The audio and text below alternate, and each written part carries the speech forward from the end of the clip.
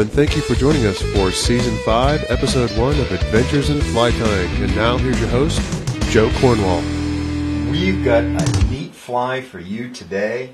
This is one of my own original creations. This is called the mixed media.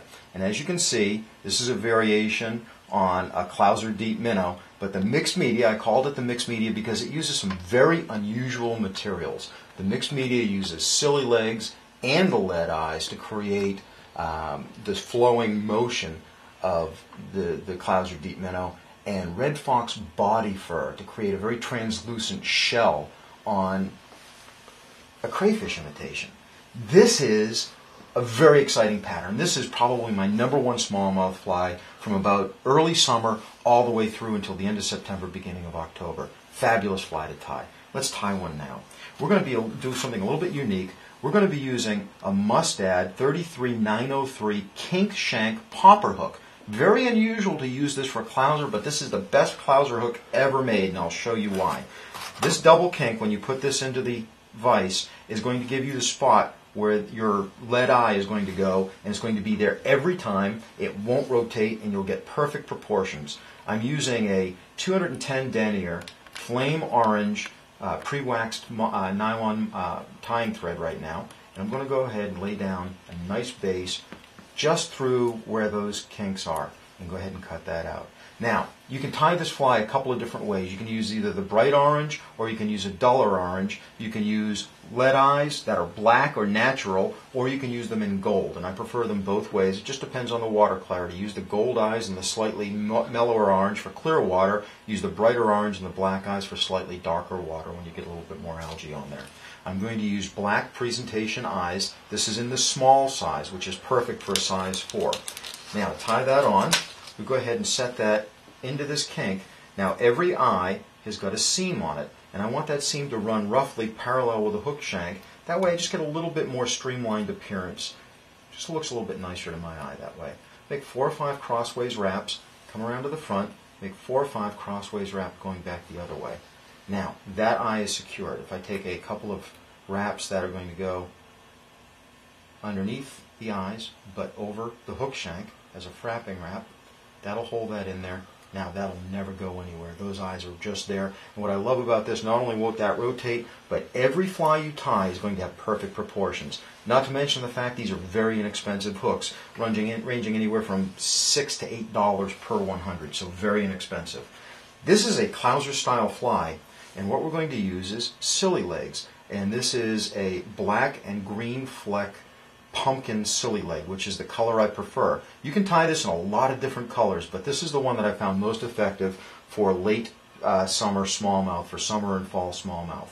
And what I want to do is take 1, 2, 3, 4, 5, 6 of those legs, and I'm going to pull those off. Now, clip the ends off so that the legs come free. I'm going to trim the other end off. Now, using the entire length of the legs, I'll just fold those over this tying thread.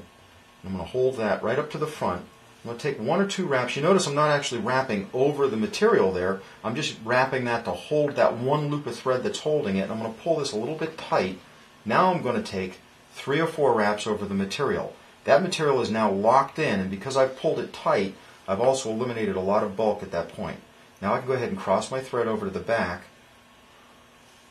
make several wraps on the back, and make a thin waist of that bright orange thread. That's all the thread that I need to hold those legs in. They aren't going to go anywhere. Now at this point I can bring my thread back up to the front.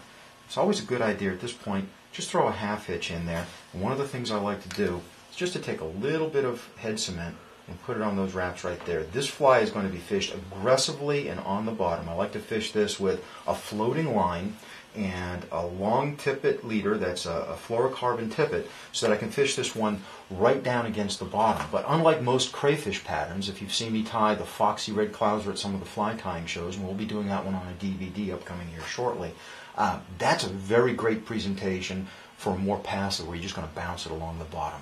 This, because it's a warmer water fly, I'm going to fish it very actively and aggressively, so I want to go ahead and tie this fly so that it's got a little bit more glue, a little more adhesive, and it holds together, because this thing is going to get beat up a lot by a lot of different fish. Great carp fly, by the way. Now what I want to do is take this.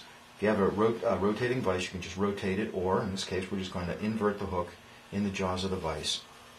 Next thing I want to put on is a little bit of Flashabou accent. And I love this. This is a grizzly accent, black and copper grizzly accent Flashabou. And what I'll do is I'll just take 3 pieces of that Flashabou. Go ahead and fold them in half and cut them. Now those 3 pieces have become 6. I'll fold those over the thread, put that up on the top of that hook shank. Now I've got 12 pieces of Flashabou, and that's more than enough flash. Way more than I would use on a foxy clouser. This is going to be fished more aggressively, so this is going to be a fly that needs a little bit more flash. And that'll definitely catch your attention. We'll come back and we'll trim those to the right length in just a few seconds. The next step is to get the top of this wing on. And one of the things that you'll notice when you look at the finished fly is that wing is very fluffy. Now a lot of people when they're tying the foxy red clouser are going to use fox tail. I use fox body fur. So find a red fox pelt, and you can buy these from a lot of taxidermists. And for the mixed media, I prefer the lighter reddish that you'll see right there. And I'm going to clip a nice big bunch of that off.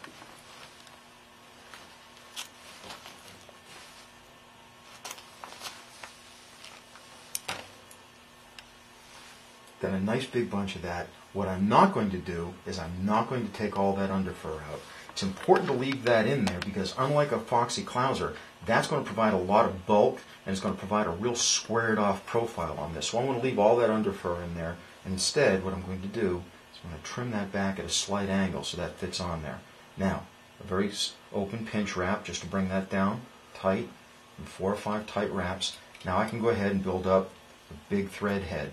This is not a subtle fly. You've got plenty of room to tie, so go ahead and use up the thread, make a nice tapered head on this. That orange spot can sometimes be a real point of attraction too. Man, you see a carp that's tailing in flat water, toss this 5 or 10 feet in front of that carp, he's going to hear this hit that water, and when he sees that little flash of red and this thing just sitting on the bottom, he's going to come and inhale it. A lot of times if you see carp tailing, toss this behind the carp, just downstream of them, and you'll find that there'll usually be 1 or 2 smallmouth bass just downstream from a big old feeding carp, and they're looking to eat anything that he stirs up. Fish it aggressively with short spurts along the bottom. This is a fantastic imitation of an aggressive male rusty crayfish. Of course, the crayfish will spawn in the fall, and the males get very aggressive at that point in time. So we can fish this with sudden hops along the bottom. It's also a great imitation of a darter.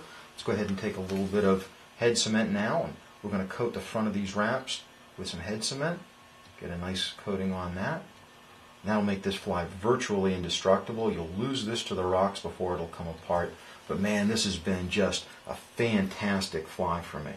Now the next step that we want to do to make this just the way we want it, pull that out of the vise.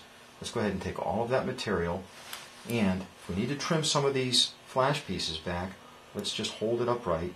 And I'm going to leave 1 or 2 that are a little bit longer, but I'm going to get in and trim all of the rest of them so that they're shorter than the legs are. That gives me more of an internal glow for that. And there you have it, the mixed media. Mixed media because it uses several different kinds of materials. It's a variation of the foxy red clouser. It is a pattern that I've designed specifically for smallmouth bass in the Midwest. You want to carry this one in your fly boxes. I'm going to tell you what, from late June through late October, this is the fly that you can use. Hey, give this one a try for some of those Lake Erie sheephead, maybe even a steelhead. And thanks for joining us on Adventures in Fly Tying. Join us on the web at www.flyfishohio.com. Tight lines!